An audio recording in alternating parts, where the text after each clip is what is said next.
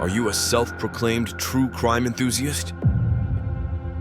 If you are, you probably have a strong stomach for the most unsettling cases.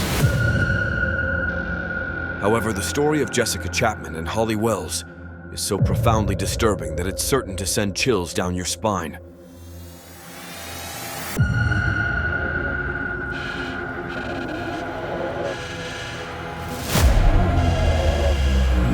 What happened to Holly Wells and Jessica Chapman? These two young girls, aged 11, hailed from the town of Soham in the United Kingdom. They were the closest of friends, born just a month apart. The case unfolds on August 4th, 2002. Jessica and her family had just returned to town from a vacation. She couldn't wait to see Holly and share a gift she had brought back. She picked up the phone and called Holly to inquire if she could come over. Holly's parents, Kevin and Nicola, granted her the go-ahead to visit. They planned to have a cookout with friends later that evening, and Jessica was welcome to stay. Upon Jessica's arrival, she decided to change into a vivid orange Manchester United football jersey with Beckham printed on the back. It happened to be the very same jersey that Holly was wearing that night, as they both thought it was charming to be dressed in matching outfits. Holly's mother swiftly took a photo of the two girls, embracing each other. Following their meal, they retreated to Holly's bedroom for a brief time, but then they spontaneously decided to go out and buy some sweets.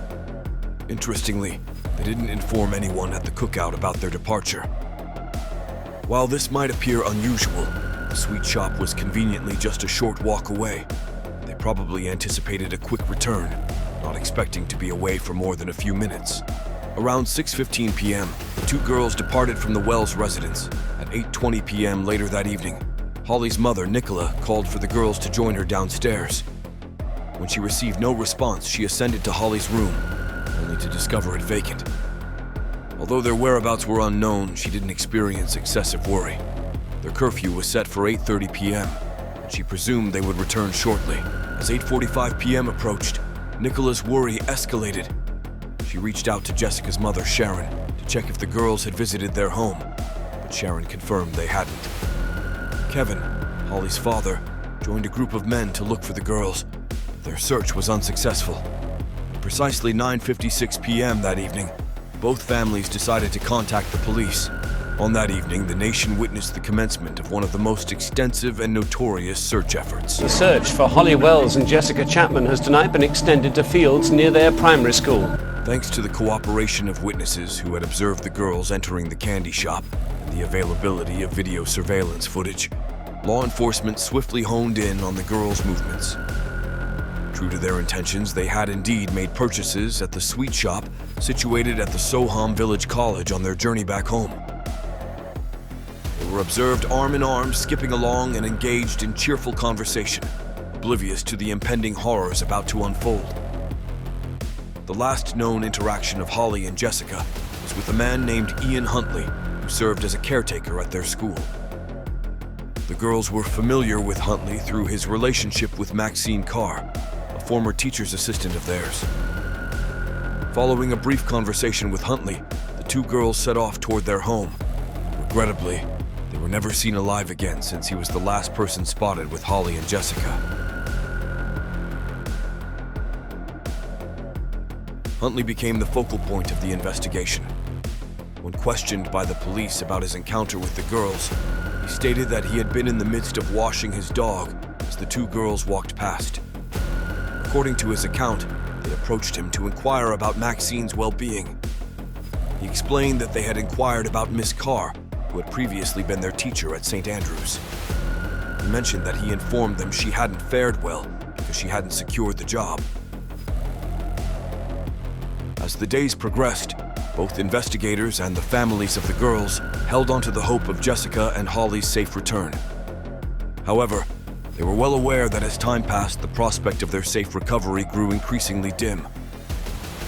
Sky News anchorman Jeremy Thompson recalled Huntley's demeanor. There was something odd about him, but it seemed a plausible explanation that he gave. He said, Maxine Carr was also later interviewed and spoke to Thompson on television about the situation. While she spoke very highly of the girls, she also claimed to have no idea about where they went. But Thompson noticed something peculiar when he rolled the tape back. At a certain juncture in the interview, she spoke about Holly using the past tense, saying, "She was a wonderful girl." As the days progressed, both investigators and the families of the girls held onto the hope of Jessica and Holly's safe return. However, they were well aware that as time passed, the prospect of their safe recovery grew increasingly dim. As the investigation progressed, the police made an intriguing finding. Carr had informed investigators that she was taking a bath while Huntley spoke with Jessica and Holly on the night they went missing. However, phone records revealed that she was, in reality, at her mother's house, over 100 miles away. Why is this detail significant? It's crucial because she was not at home on the night of August 4th, and thus she couldn't vouch for Huntley's whereabouts, failing to provide an alibi for him. You're not alone in detecting something suspicious. Investigators immediately raised their concerns, prompting them to initiate an inquiry into Huntley's background. What they uncovered is truly startling. Despite his outward appearance, Huntley concealed a remarkably grim history. He had a record of harming women and had been witnessed publicly mistreating Carr. He had a reputation for being domineering and deceitful. And there were earlier allegations of rape against him in a different city, though those charges were eventually dismissed. What's particularly disturbing is that Huntley had a disturbing interest in young girls. Despite all this unsettling information, the police still lacked conclusive evidence linking Huntley to any harm inflicted on the girls. With their suspicions intensifying, investigators decided to interview both Carr and Huntley. Huntley maintained his version of events, while Carr did not provide any additional details. However, the investigators were determined and didn't relent. Their diligence paid off on August 17, 2002. They experienced a significant breakthrough in the case. The identical orange jerseys that the girls had donned on the evening they disappeared were located in a container at the school where they had been students and where Huntley was employed. Additionally, underwear and shoes were discovered in the tub. These items seem to have suffered partial burning, fueling investigators' concerns about a dreadful turn of events. While they were getting closer to solving the case, investigators had yet to uncover their most crucial evidence. Finally, on the same day, the bodies of Holly and Jessica were tragically located in a ditch in Lakenheath, a town approximately 32 minutes away from Soham. The evidence indicated that the girls had suffered a brutal and heinous act of violence. Their bodies had significantly decomposed, making it unfeasible to establish whether they had been subjected to sexual assault prior to their deaths. The exact circumstances leading to the tragic demise of Jessica and Holly remained unclear, as no evidence of broken bones was found. Strangulation is suspected to be the cause. Official identification of the girls' remains was eventually accomplished through DNA testing. Investigators were now convinced that Huntley was responsible for Jessica and Holly's murders, yet they required additional evidence to tie him to the victims' remains. Huntley had been thorough in concealing his actions. A comprehensive search was conducted at Huntley and Carr's residence. The investigators diligently sought any potential links to the girls, such as fingerprints, bloodstains, or hair samples. While the forensic team failed to uncover any such evidence, they did observe that the house had been meticulously cleaned, including recently laundered bed sheets. Investigators enlisted the expertise of forensic botanist Patricia Wiltshire to provide valuable insights into the case. She meticulously analyzed the soil and vegetation around the location where the girls' remains were discovered. After identifying the specific soil type, the investigators proceeded to scrutinize the wheels of Huntley's car. As anticipated, they uncovered the identical type of soil in the tire treads of Huntley's vehicle. This was precisely the breakthrough law enforcement had been anticipating. They now possessed sufficient evidence to proceed with legal action. On August 20th, Huntley was officially indicted on 2 counts of murder. Carr, for her part in obstructing the investigation to shield her boyfriend, faced charges of perverting the course of justice and aiding an offender. Simultaneously, the devastated families of Jessica and Holly could at last find the closure they sought. The 2 young girls were laid to rest during their funerals the subsequent month. To help them cope with their grief, both families opted for private services before legal proceedings could commence. As part of the process, Huntley underwent a mental health evaluation with the objective of establishing his mental competence to face trial. The mental evaluation determined that he was mentally stable enough to proceed with the hearing. He was transferred to Woodhill Prison in Buckinghamshire. Several days before the pre-trial hearing, Huntley attempted to take his own life by taking a multitude of antidepressants. He had secretly been saving up in his cell. His attempt was unsuccessful. He was returned to prison only 48 hours after the suicide attempt. In the proceedings held on June 16, 2003, Huntley entered a plea of not guilty regarding the murders of both Jessica and Holly.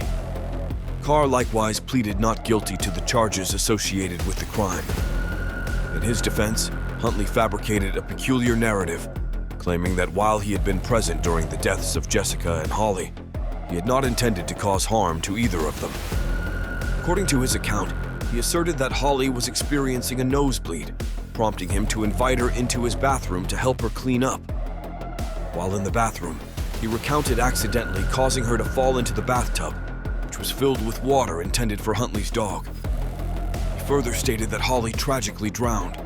Jessica, who had witnessed the incident, started to scream, accusing him of pushing her friend, leading to his attempts to hush her cries. Huntley maintained that he unintentionally smothered her by placing his hand over her mouth.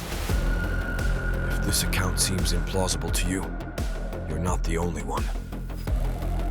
On December 17, 2003, after 4 days of deliberation, the jury overseeing the case reached their verdict. They found Huntley guilty of the deaths of both Jessica and Holly.